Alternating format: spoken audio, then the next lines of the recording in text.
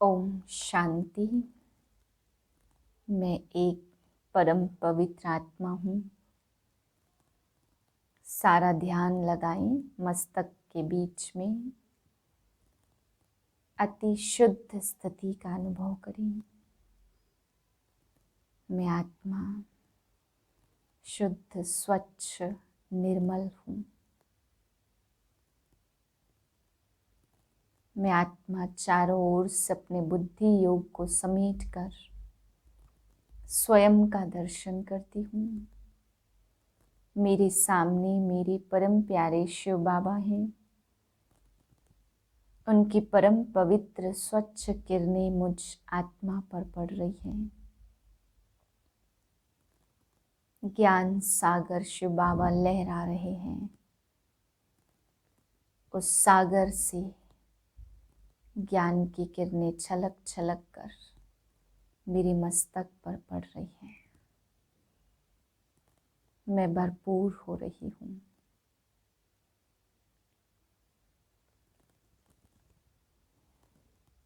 अठारह 3/2021 के महावाक्य हैं।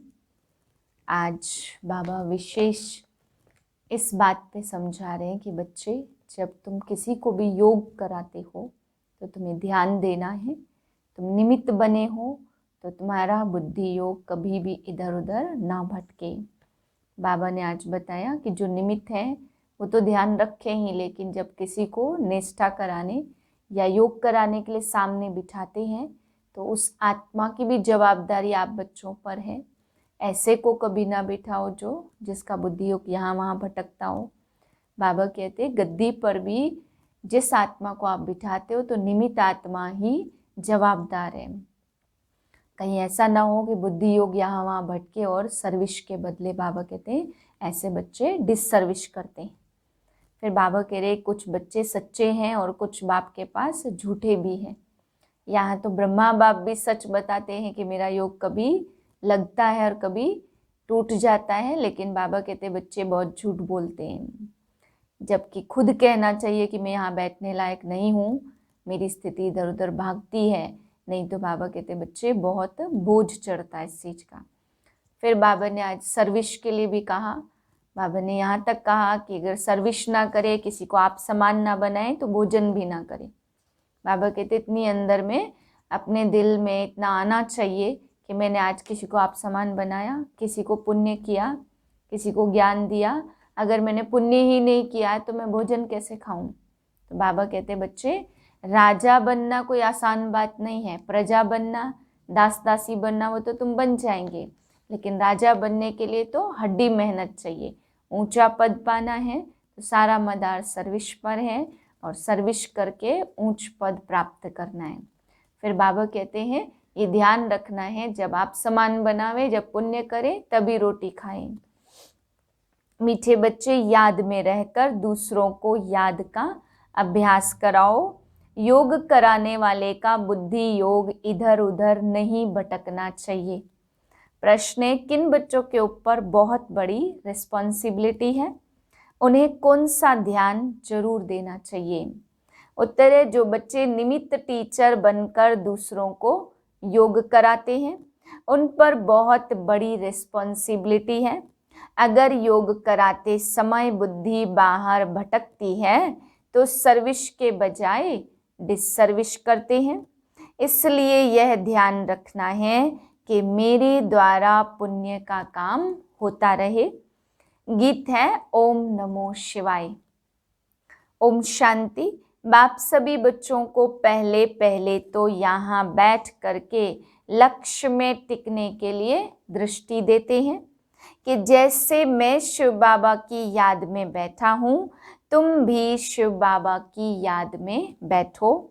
प्रश्न उठता है कि जो सामने बैठे हैं निष्ठा कराने के लिए, वह सारा समय शिव बाबा की याद में रहते हैं। जो औरों को भी कशिश हो, याद में रहने से बहुत शांति में रहेंगे। अशरीरी हो, शिव बाबा की याद में रहेंगे तो औरों को भी शांति में ले जाएंगे। क्योंकि टीचर होकर बैठते हो ना, तो तो अगर टीचर ही ठीक रीति याद में नहीं होंगे तो दूसरे तो रह नहीं सकेंगे। पहले यह ख्याल करना है कि मैं जो उस माशूक बाबा का आशिक हूँ, उसकी याद में बैठा हूँ। हर एक अपने से पूछे, अगर बुद्धि और तरफ चली जाती है, देह अभिमान में आ जाते हैं, तो गोया वह सर्विस नहीं डिससर्विस करने बैठे हैं। यह बात समझ की है ना? कुछ सर्विस तो की नहीं, ऐसे ही बैठे हैं तो नुकसान ही करेंगे। टीचर का ही बुद्धि योग भटकता होगा तो वह मदद क्या करेंगे? जो टीचर हो बैठते वह अपने से पूछे, मैं पुण्य का काम कर रहा हूँ या कर रही हूँ? अगर पाप का काम करेंगे तो दुर्गति को पाएंगे, पद भ्रष्ट हो जाएगा।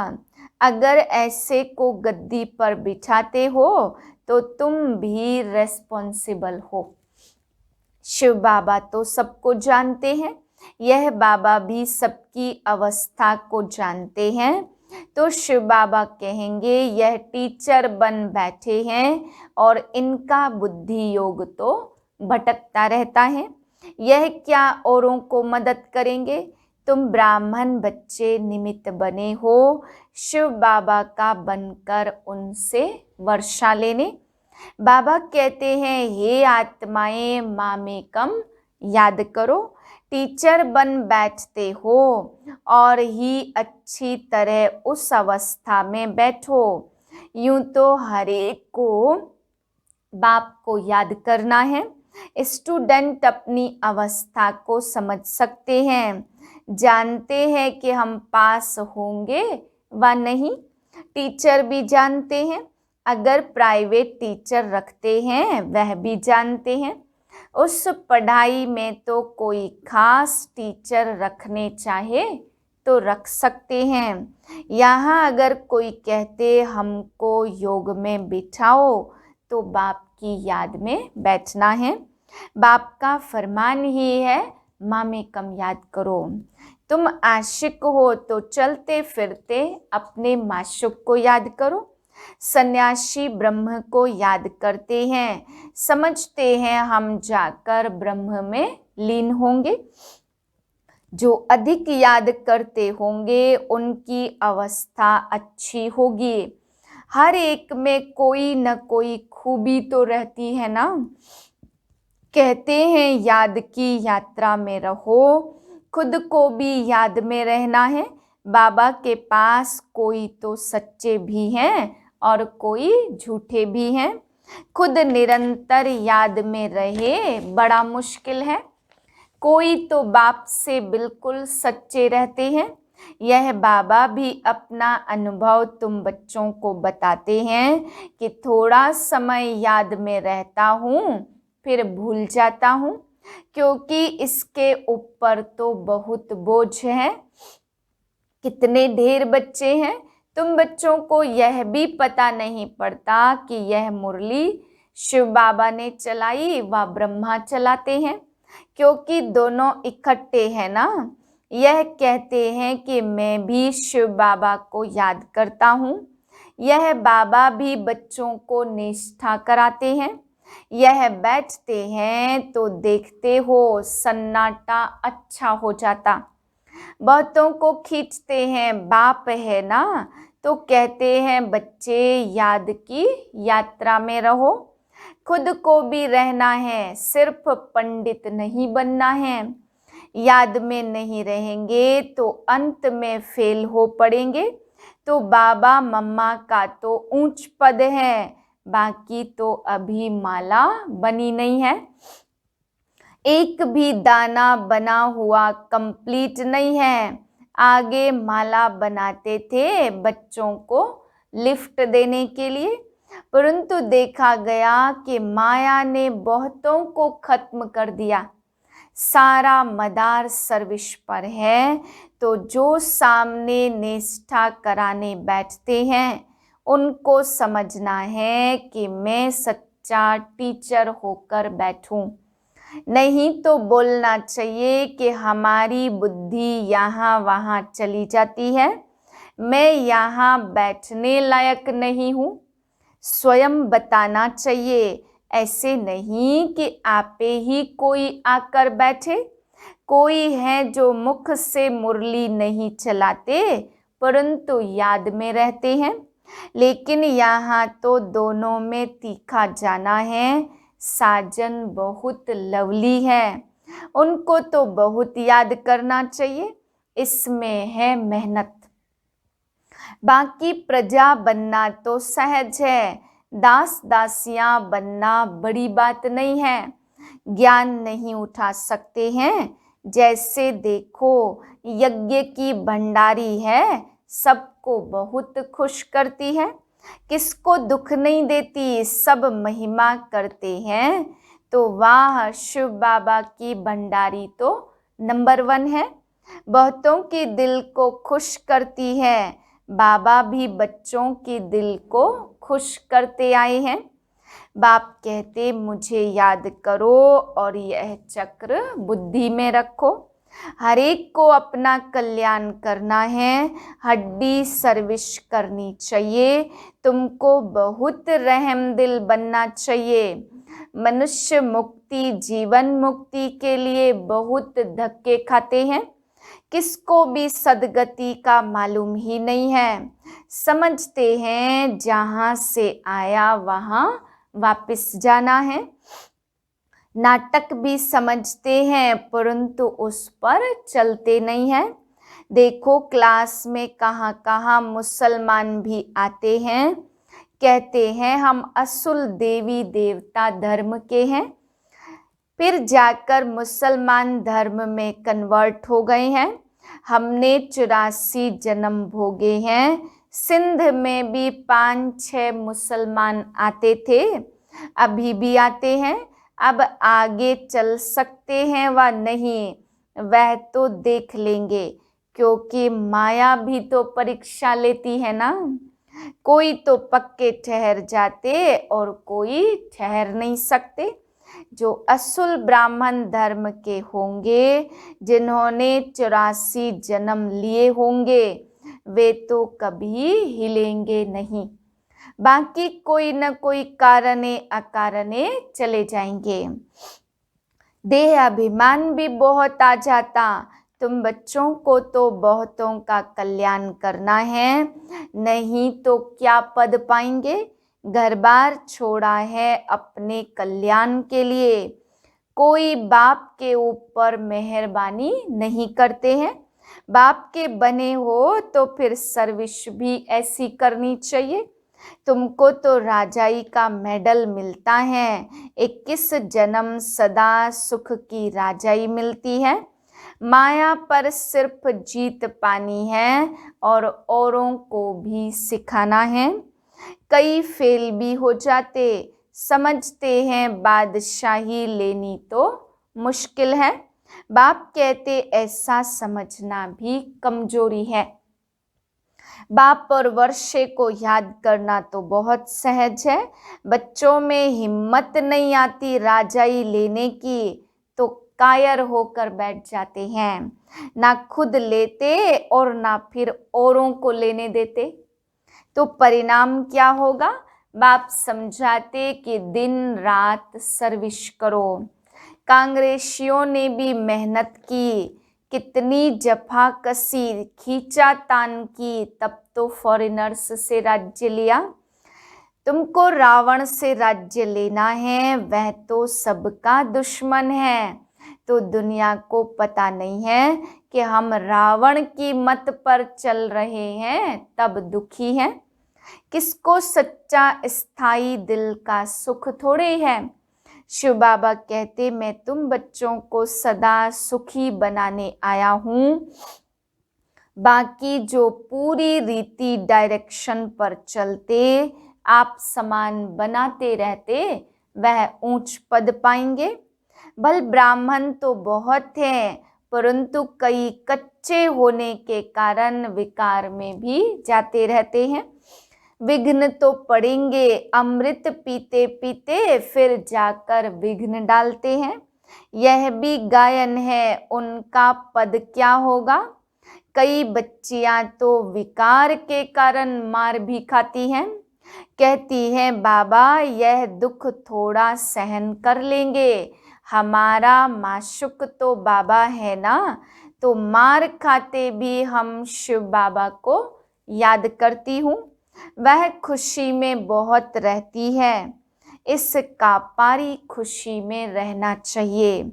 बाप से हम वर्षा ले रहे हैं, औरों को भी हम आप समान बनाते रहते हैं। बाबा की बुद्धि में तो यह सीढ़ी का चित्र बहुत रहता, इसको बड़ा महत्व देते हैं। बच्चे जो विचार सागर मंथन कर ऐसे ऐसे चित्र बनाते, तो बाबा भी उनकी शुक्रिया करते हैं। या तो ऐसे कहेंगे बाबा ने उस बच्चे को टच किया है, सीढ़ी अच्छी बनाई है, सीढ़ी का ज्ञान बहुत अच्छा है। समझाना है कि तुम हिंदू थोड़े ही हो, तुम तो देवी देवता धर्म के हो। अगर कहे कि हमने 84 जन्म थोड़े लिए हैं, अरे क्यों नहीं समझते हो कि हमने 84 जन्म लिए हैं। फिर याद करो तो तुम फिर से पहले नंबर में आ जाएंगे। अपने कुल का होगा तो ऐसा प्रश्न करेगा नहीं कि सब थोड़े 84 जन्म लेंगे। अरे तुम क्यों समझते हो कि हम देरी से आए हैं। बाप सब बच्चों को कहते, तुम भारतवासियों ने 84 जन्म लिए हैं, अब हम वापस घर जाते तो कितनी खुशी होनी चाहिए। सर्विस का भी उल्लास रहना चाहिए। समझाने के तरीके भी बहुत मिल रहे हैं, सीढ़ी के ऊपर समझाओ। चित्र तो सब चाहिए ना, त्रिमूर्ति भी चाहिए। बाबा कहते भी हैं तुम जाओ ही मेरे भक्तों के पास, उनको यह ज्ञान सुनाओ, वह मिलेंगे ही मंदिरों में। मंदिरों में भी इस सीढ़ी के चित्र पर समझा सकते हो। सारा दिन बुद्धि में यह रहे कि हम बाबा का परिचय दें, किसका कल्याण करें। दिन प्रतिदिन बुद्धि का ताला खुलता जाएगा, जिसको वर्षा पाना होगा वह आएंगे। दिन प्रतिदिन सीखते भी रहते हैं, कईयों पर ग्रहचारी बैठती है तो बाबा को समझाना पड़ता है। वह नहीं समझते कि हमारे ऊपर ग्रहचारी है, इसलिए हमसे सर्विस नहीं होती। सारी रिस्पॉन्सिबिलिटी तुम बच्चों पर है, आप समान ब्राह्मण बनाते रहो। सर्विस पर रहने से बहुत बहुत खुशी होती है, बहुतों का कल्याण होता है। बाबा को बम्बई में सर्विस करने का बहुत मजा आता था, बहुत नए नए आते थे। बाबा की तो बहुत दिल होती है कि सर्विस करें। बच्चों को भी ऐसा रहम दिल बनना चाहिए, सर्विस पर लग जाना चाहिए। दिल में यह रहना चाहिए कि जब तक हमने किसी को आप समान नहीं बनाया, तब तक भोजन नहीं खाना है। पहले पुण्य तो करूं, पाप आत्मा को पुण्य आत्मा बनाए, फिर रोटी खाएं। तो सर्विस में जुटा रहना चाहिए, किसका जीवन सफल बनाए तब रोटी खाएं। आप समान ब्राह्मण बनाने की कोशिश करनी चाहिए। बच्चों के लिए मैगजीन निकलती है, लेकिन बीके इतना पढ़ते नहीं हैं, समझते हैं हमको थोड़े ही पढ़ना है, यहाँ बाहर वालों के लिए है। बाबा कहते बाहर वाले तो कुछ समझते नहीं हैं, बिगर टीचर के। यह ब्रह्मा कुमार कुमारियों के लिए तो पढ़कर रिफ्रेश हो, परंतु वे पढ़ते नहीं हैं। सभी सेंटर वालों से पूछते हैं कि सारी मैगजीन कौन पढ़ते हैं। मैगजीन से क्या समझते हैं, कहाँ तक ठीक है? मैगजीन निकालने वालों को भी आफरीन देनी चाहिए कि आपने बहुत अच्छी मैगजीन लिखी है, आपको धन्यवाद करते हैं। मेहनत करनी है, मैगजीन पढ़नी है, यह है ही बच्चों को रिफ्रेश करने के लिए। लेकिन बच्चे पढ़ते नहीं हैं, जिनका नाम बाला है उन्हों को सब बुलाते कि बाबा भाषण करने के लिए हमारे पास फलाने को भेजो। बाबा फिर समझते कि खुद भाषण करना नहीं जानते, तब तो मांगनी करते हैं। तो सर्विसेबल को कितना रिगार्ड देना चाहिए। अच्छा, मीठे मीठे सिकिलदे बच्चों प्रति माता पिता बाप दादा का याद प्यार गुड मॉर्निंग। हम रूहानी बच्चों की रूहानी बाप को नमस्ते। रूहानी बच्चों की रूहानी बाप को नमस्ते। धारणा के लिए है पहली पॉइंट, राजाई का मेडल लेने के लिए सबकी दिल को खुश करना है। बहुत बहुत रहम दिल बन अपना और सर्व का कल्याण करना, हड्डी सेवा करनी है। दूसरी पॉइंट, देह अभिमान में आकर डिससर्विस नहीं करनी है, सदा पुण्य का काम करना है। आप समान ब्राह्मण बनाने की सेवा करनी है, सर्विसेबल का रिगार्ड रखना है। वरदान, याद और सेवा के डबल लॉक द्वारा सदा सेफ, सदा खुश और सदा संतुष्ट भव। सारा दिन संकल्प बोल और कर्म बाप की याद और सेवा में लगा रहे।